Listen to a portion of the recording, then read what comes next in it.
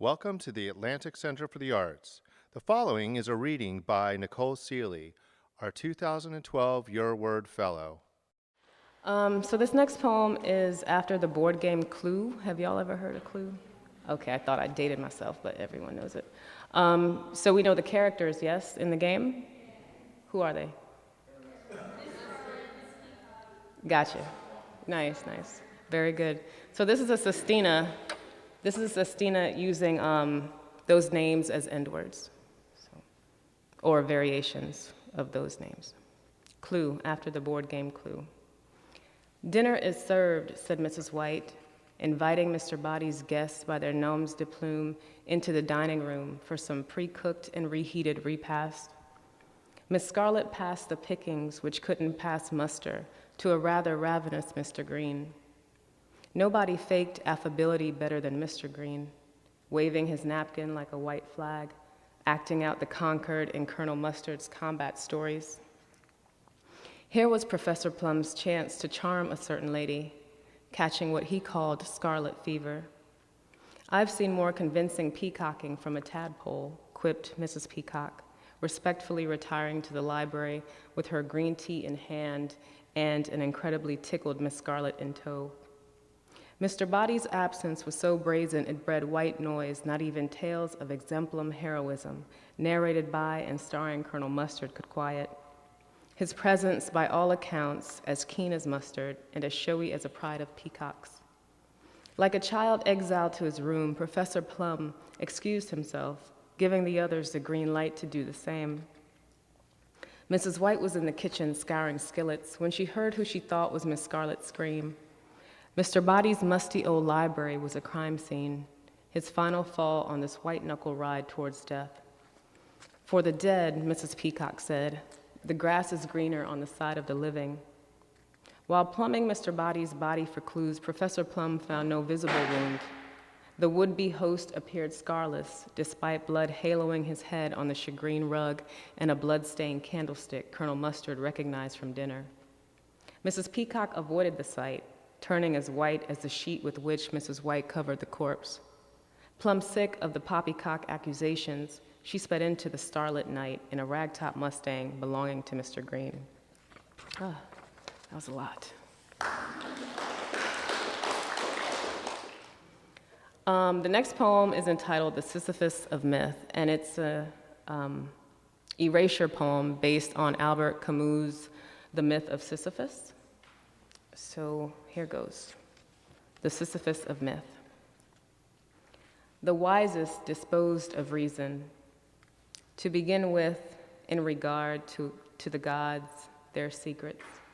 Who knew human love wanted darkness? Signs were many. Years facing the gods led to scorn.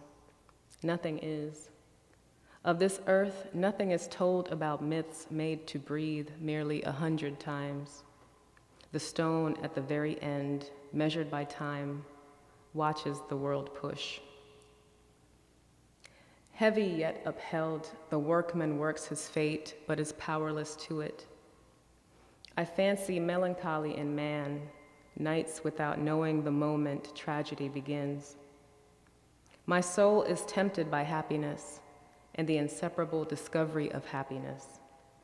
That man is not exhausted is likewise absurd.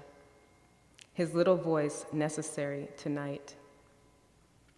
If there is a master over life, he is eager to see the rock rolling. I foot the mountain again, without a master to imagine." Okay, the next poem is entitled An Apology for Trashing Magazines in Which You Appear. Y'all know Brad Pitt? Yes. Who doesn't know Brad Pitt? I used to have a little crush on Brad Pitt. Before John.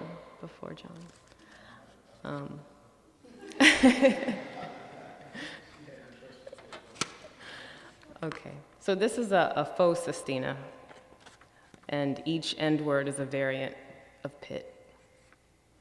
"I was out of line, Brad Pitt. You are no Elliot Spitzer. I'm no preacher. This synthetic sestina, no bully pulpit where I sermonize our epitasis. a Woody Allen-like tragicomedy in which I play serendipity and am blinded by you, a star, Jupiter. Third brightest in the night, spitting image of the sky god. Patience might be for pipits and forever a spit of land neighboring Atlantis, but I'll wait my turn. Pity your first marriage ended.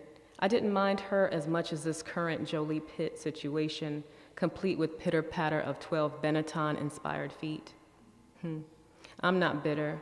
My pit bull still bears your name, and I sometimes call my man, who I'm going to Pittsburgh with, or is it Harrisburg, for a wedding in a week, out his name into yours, Brad Pitt.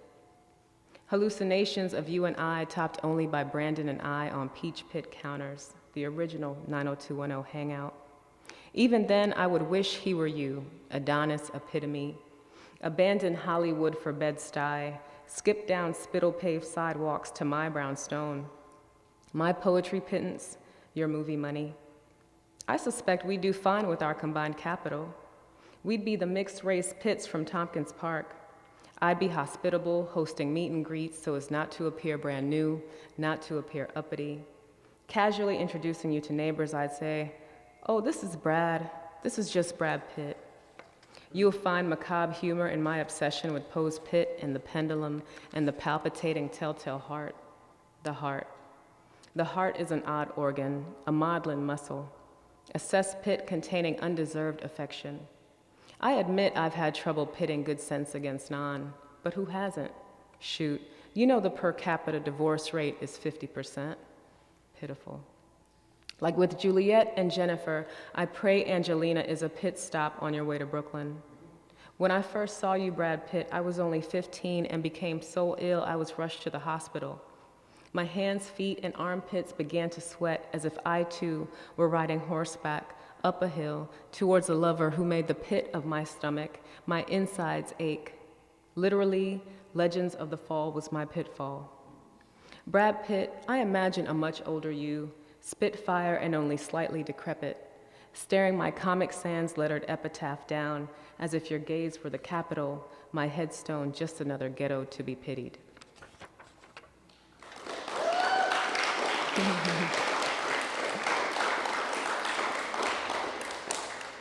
Just two more. Hustle of the imagined. Without prompting, I tithe myself to an imagined happy. Such treaties occur in the brain. I imagine our home happy. Tell me tomorrow's rumor, which God keeps beneath her tongue, men lost in butterfly flutter. Imagine butterflies. Happy? Like the storied bird, I fly backwards to admire my tail feathers. I wonder how I must look. Imagine myself happy. Not this body beholden to its heat, nor the dawn indebted to its light, but the sun, as it breaks into its fortune. Imagine that happiness. When we're dead and there's none left to laugh, the angel assigned to each at birth, I imagine, will count us happy. Waiting for God or Godot, courting eternity. Imagine eternity, a woman for whom one labors. Nicole, imagine Sisyphus happy.